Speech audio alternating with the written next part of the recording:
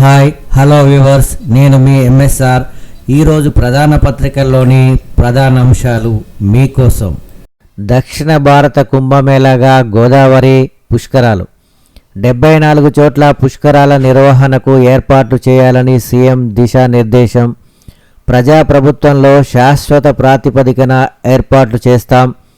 గోదావరి పుష్కరాలపై ముఖ్యమంత్రి రేవంత్ రెడ్డి సమీక్ష.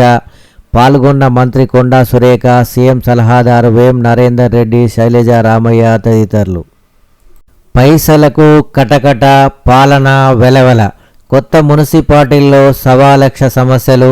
ఆదాయానికి ఖర్చుకు పొంతన కుదరక ఇబ్బందులు. పారిశుద్ధ్య కార్మికులకు వేతనాలు ఇవ్వలేని దుస్థితి. మున్సిపాలిటీలుగా అప్గ్రేడ్ అయిన పాత వేతనాలే. కమిషనర్ల వేతనాలు కూడా జనరల్ ఫండ్ నుంచే. ఇంజనీరింగ్, ఇతర పాలనా సిబ్బంది కోసం వెయిటింగ్. ప్రత్యేక గ్రాంట్లు ఇస్తే తప్ప మున్సిపాలిటీల మనుగడ కష్టమే అంటున్న స్థానికులు. పట్టపగలే దారి దోపిడీ. కారులో వెళ్తున్న స్టీల్ వ్యాపార సిబ్బందిపై దాడి. కండ్లల్లో కారం కొట్టి నగదు లాక్కున్న ముఠ.